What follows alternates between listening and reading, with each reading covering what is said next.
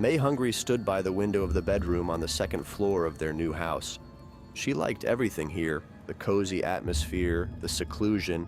The house stood at the very end of the street, surrounded by tall pine trees, and the silence. No passing cars under the windows and no intrusive neighbors. An ideal place. It couldn't be compared to their previous accommodation, where houses were crammed almost on top of each other and neighbors monitored every move.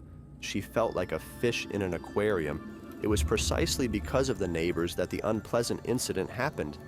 They were always poking their noses into other people's business.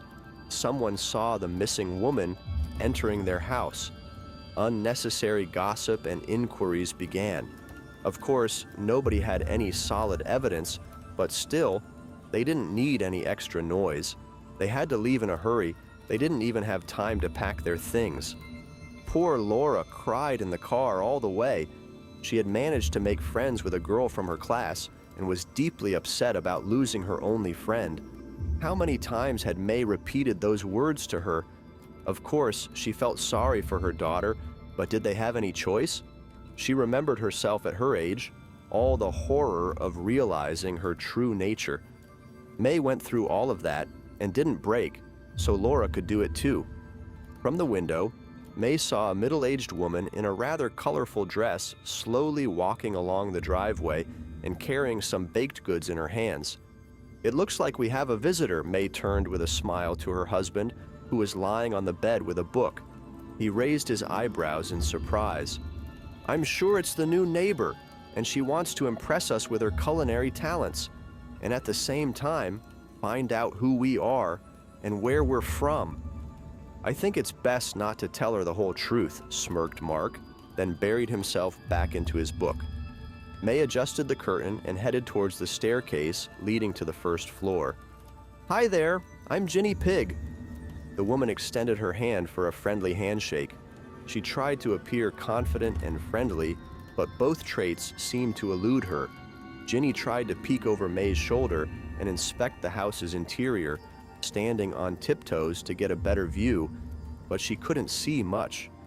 "Oh, how nice," May smiled, but didn't open the door any wider, didn't extend her hand in return, and didn't give her name. An awkward pause ensued. "Did you bake this yourself?" May looked at the cake in the neighbor's hands. "Yes!" Ginny was pleased to have found a topic for conversation. "It's a special recipe chocolate cake. I can share the recipe with you. I mean, the recipe, of course.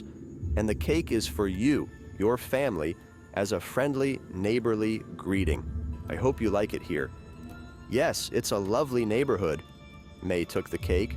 "Do you live further down the street?" "In the pink cottage?" The neighbor waved her hand vaguely.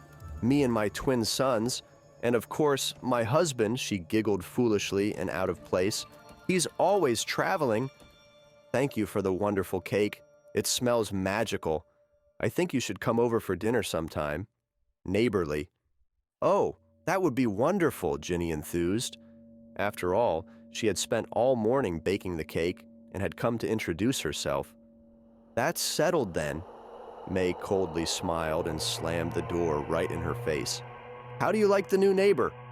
Mark's voice came from the second floor. "Quite appetizing, and the husband is always on the go." "Well, we should invite her over for dinner." "Definitely, dear." The woman looked at the cake with disgust and threw it in the trash bin. May went for her morning run. The morning was cool and damp after the night's rain, making breathing easy. She ran a leisurely pace of 10 kilometers and turned towards home. Near the pink cottage, she saw Ginny. She was pacing by the car and nervously fiddling with her purse. May waved to her and shouted, "Good morning! Running errands?"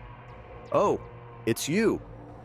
Ginny brightened up and stepped closer, stopping by the fence separating their property from the road. "Good morning. Yes, we're going to the supermarket. The twins are always up to something." She smiled crookedly and somewhat guiltily. "You're in such great shape. Do you run every day?"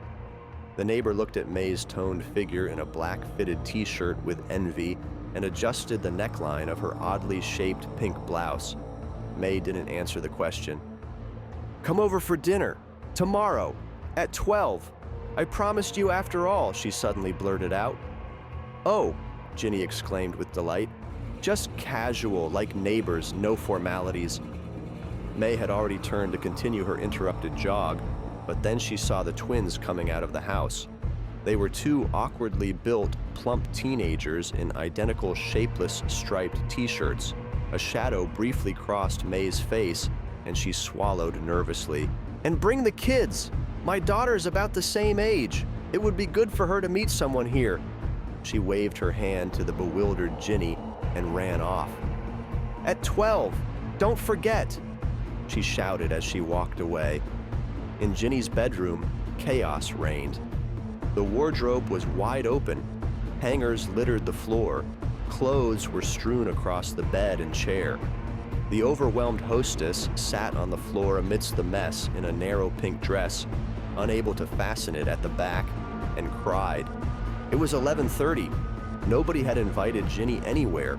The gatherings, exhibitions, or pub parties were so long that she had completely forgotten that one should look decent in public. Despite the overflowing closet, she had nothing to wear.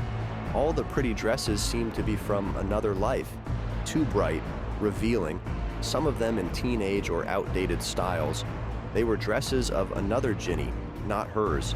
She simply couldn't fit into them. But she couldn't show up at a formal lunch with her refined neighbor in just a t-shirt and jeans. She just couldn't.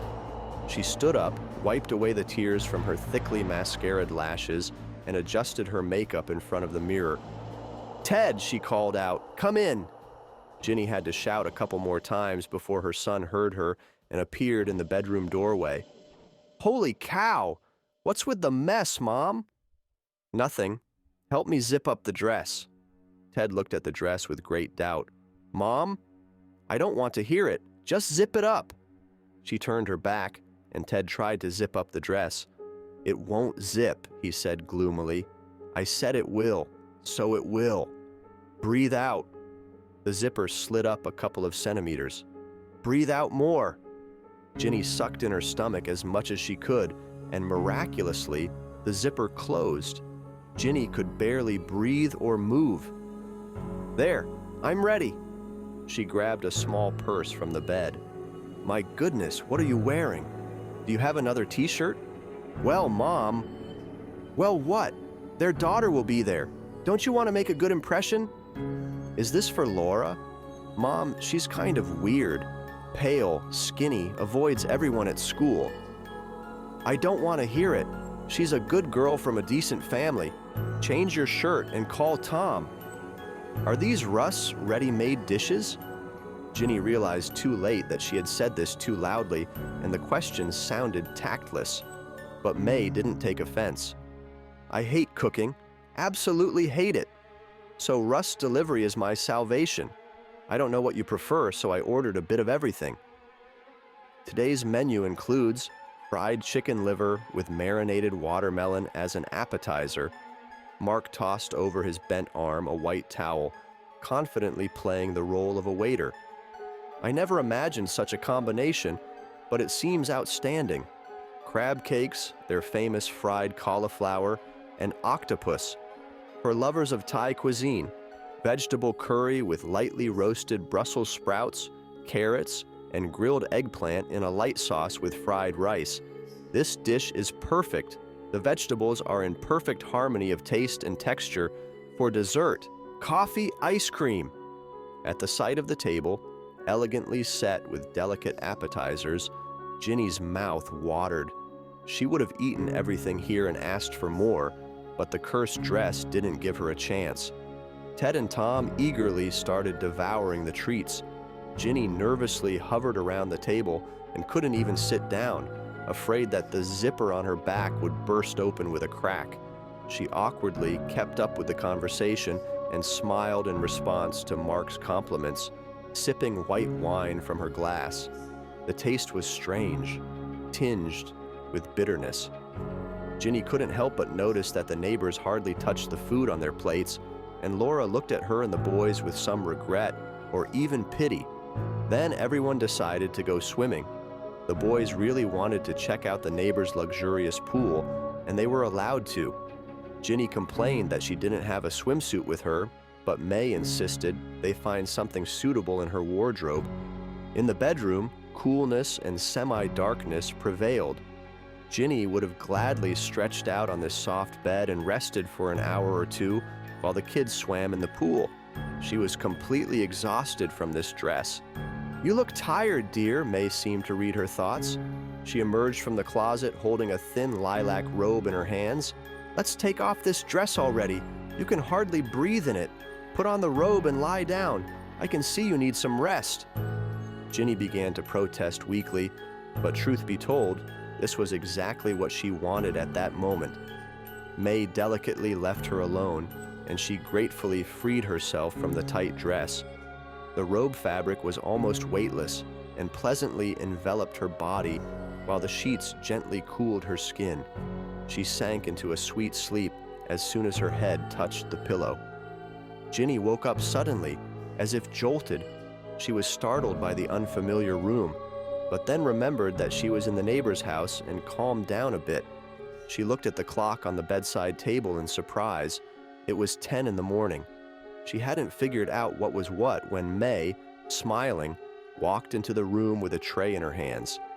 "Sleepyhead," she sang softly, "here's breakfast." Before Ginny was a tray with a huge cup of coffee, a milk jug, a plate of scrambled eggs, a plate of pancakes, and small jars of jam, honey, and marmalade.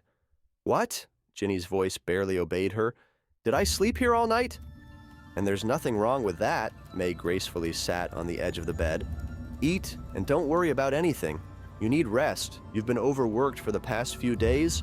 The boys slept in the guest room, and now they're splashing in the pool. Ginny really heard their shouts through the slightly open window. She enjoyed her breakfast, drank the coffee, which tasted unusually bitter, and then went out to the pool. Getting into the dress was beyond her strength, so she stayed in her robe. Tom and Ted splashed in the water, while Laura lay on a lounge chair with a book. Ginny was struck by her thinness and paleness. She greeted the girl and decided to find out what she was reading. Laura didn't answer her question and looked at her with the same pitying gaze that Ginny noticed at dinner. "Leave this house," Laura said quietly. "Please, leave right now. It will be too late later." Ginny didn't understand anything.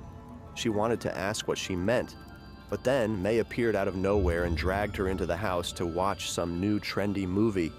Of course, Ginny realized that she was taking advantage of the neighbor's hospitality too much, and it was time for her and her sons to go home. But she had been deprived of friendly participation and support for so long. She was so flattered by May's attention and her handsome husband's that she couldn't bring herself to refuse all of this. "We'll stay until evening, and then we'll definitely go home," she decided. Ginny woke up suddenly, as if jolted. She immediately recognized the room in the neighbor's house, and even without looking at the clock, understood that it was late evening outside the window. She had no idea why she fell asleep again, and how long she had been asleep. Laughter and voices of her sons came from downstairs. On wobbly legs, the woman descended downstairs. Everyone was gathered. Michael and May were animatedly arguing with Ted. Laura was watching a talk show. Tom was finishing a huge piece of pizza. The table was cluttered with food. This time, it was unhealthy fast food, not the delicacies of yesterday's dinner. Or the day before yesterday. She lost track of time. The boys were clearly indulging themselves here. For some reason, Ginny didn't like this whole scene. There was something unnatural about it. No one paid her special attention. Only Laura looked at her with a sad, sidelong glance, and then shifted her gaze to Tom, who was chewing pizza, and seemed to even grimace with disgust. It was time for them to go home. Ginny confidently headed for the door.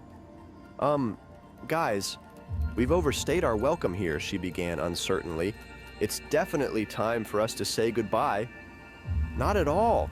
Mark appeared next to her incredibly quickly, confidently wrapped his arm around her waist and led her to the table. "Who did we order this entire dinner for?" "For you." Isn't that right? Ginny couldn't resist, especially not to such a charming man. She sat down at the table. Just dinner, and then we're going home. No sleepovers. Of course, of course. Wine?